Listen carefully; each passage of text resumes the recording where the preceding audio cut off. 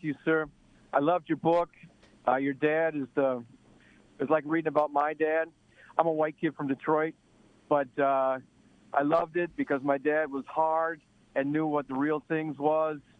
And I bought the book for 3 of my friends, and I gave it to them. And you changed how they looked at their dad a little bit. And I will let you know that you spread kindness with your kind words about your dad, and you made me feel close to my dad. God bless him. And I just appreciate you and just want to say thank you. Wow. Scott, thank you so much. I appreciate that. Tough being a parent. And they're not your buddy. Not supposed to be your buddy. Might evolve to that when you both become adults, but they're not your buddy. And that's probably the hardest part, having your kid intensely dislike you for a period of time, sometimes for a lengthy period of time, because you've got to lay down the rules. And that's the thing. My parents used to tell me that, and it was a while before I understood it. Larry, we've been this road before. We've seen this movie. I can tell you what's going to happen. That's what wisdom is. That's why you need parents. Look both ways. It's not just a literal thing. It's a metaphorical thing, too. Anyway. Nelson is in Arlington, Texas. Nelson, you're on the Larry Elder Show. Thank you so much for calling. Yes, sir. Thank you. I got a question. Wonder if you thought it'd be something worth looking into. I'm an average guy.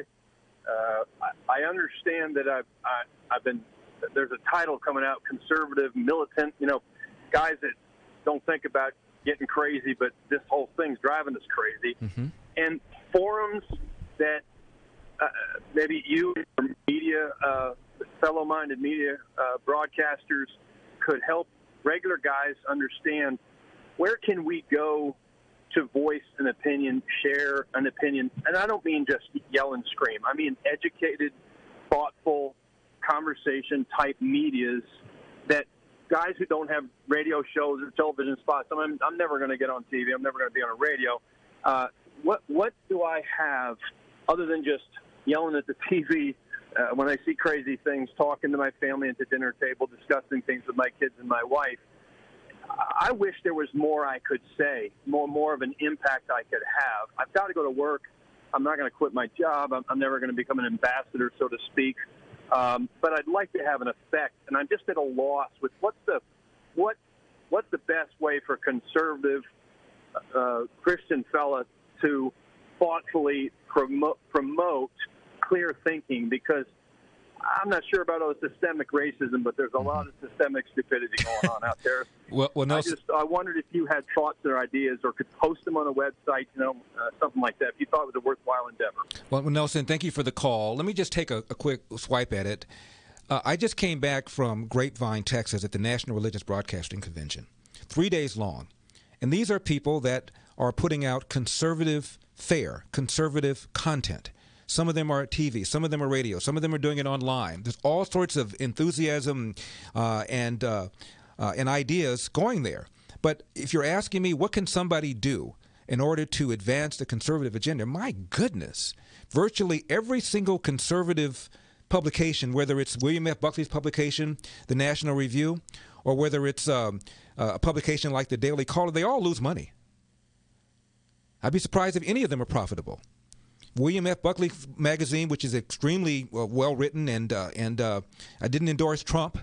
I got a little mad at it for a while, but it always needed money.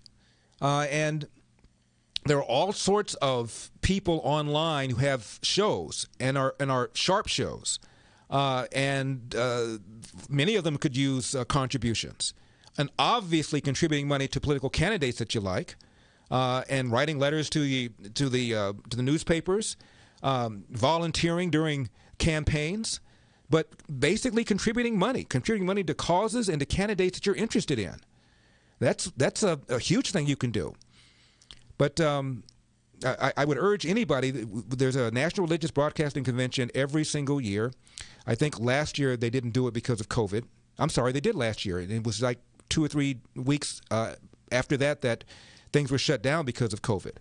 But, I would urge everybody to participate in those kinds of things. And I think it's July, we have Freedom Fest. That's about 3 days long. And that's going to be at Mount Rushmore. And it's a gathering of free thinkers and conservatives. There'll be all sorts of media people there, all sorts of people raising money for movies, for documentaries, for projects that they have. There's all sorts of young energy. And then you have groups like Turning Point USA. There's groups like Blexit. I just came back from Birmingham, where I gave a speech before 400 people at one of the many Blexit festivals that Candace Owens' organization puts on. And there's a lot of networking going on there, people talking about projects, people talking about books that they've written, books that they want to write. There's plenty of stuff that you can do. You're only bound by your imagination. Anyway, Nelson, thank you very much for the call. I appreciate it. 888-971-SAGE, 888-971-7243.